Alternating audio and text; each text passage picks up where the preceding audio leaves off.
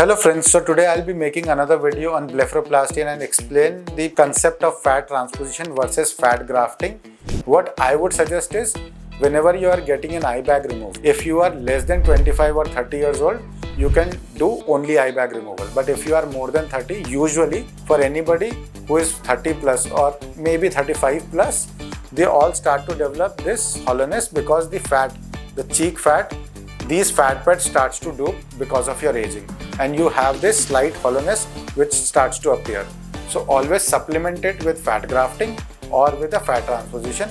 My favorite would be fat grafting because it is much more versatile. So this is what I would suggest with a patient. As you can see in this patient, she has eye bags and she also has hollowness, and there are two ways in which we can fill up this hollow. The eye bag removal is simple. We will do a transconjunctival blepharoplasty to remove the eye bags, but to fill up this hollow we have two options, and let's see which is better for her.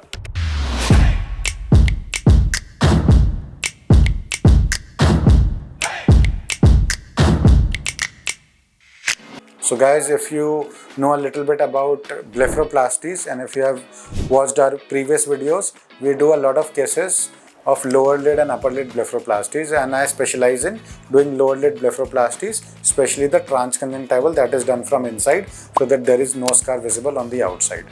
Now, if you dig deeper, there are two ways in which you can really use this fat. Or to treat the eye bags, you do a blepharoplasty, but to treat the under eye hollowness, you can either transpose, that is, use the same fat and pull it down and stick it near the skin or the bone, that is called as fat transposition, or you can cut this fat out, chop it off, remove it, and take out fat from your tummy and then inject it in the cheek area, which is called as fat grafting. So out of these two methods to treat the under eye area, I personally prefer doing fat grafting compared to fat transposition. Okay, so I have my reasons. I'm not saying that fat transposition is bad. There are many surgeons who can give wonderful results with fat transposition. I personally feel that I can give much better results with fat grafting, and I have my reasons for this. This client, if you see, this is the intraoperative picture in which you can clearly see the eye bags. Now these eye bags are in forms of three different lobules or three different pockets, and if I am doing a fat transposition, I will be pulling this pocket out and then stitching them along with its blood supply to the area just beneath the ligament. So I will remove or cut the ligament and transpose this fat below that ligament and stick it to the bone or to the skin above. So this is what is called as fat transposition. So it's a very good method, but I just personally don't like it because I always fear that what if the stitch gets removed, the fat will go back to its original position and will again cause and form a eye bag.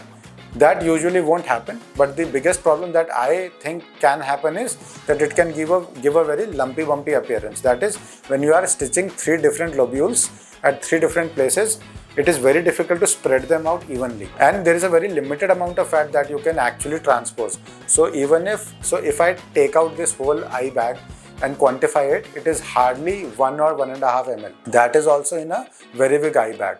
So to graft this area with only 1.5 ml is very difficult. So I personally prefer doing a fat grafting. So what exactly is fat grafting? Once I have taken care of the eye bags from the transconjunctival root, I'll close that eye up, and then I'll take out fat from your tummy or from your thighs, process it into micro and nano fat, and that fat I would inject in the under eye hollow area. Now the advantage is I can evenly distribute this fat in any place that I want. There is no limitation as to I can only attach it to this area. I can go as low as possible, I can go as high as possible, I can fill up the temples if required, I can do a full face fat grafting. So it's on me where I want to rejuvenate your face. Plus I can process it into micro fat, nano fat, and I can use the micro fat for giving you the volume in the tear trough area, in the cheek area, in the temple area. I can also crush it to make nano fat, and that nano fat I can use for the skin rejuvenation, which will help in fine wrinkles, and I can always combine it with micro needling or CO2 fractional laser. So that is my personal take.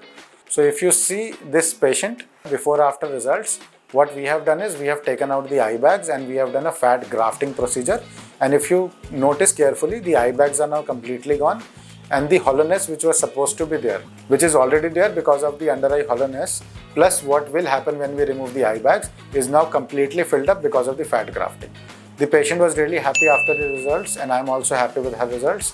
So in case if you have any queries regarding to your eye bag correction or anything related to your periorbital rejuvenation, you can contact our team and they'll be ready to help you.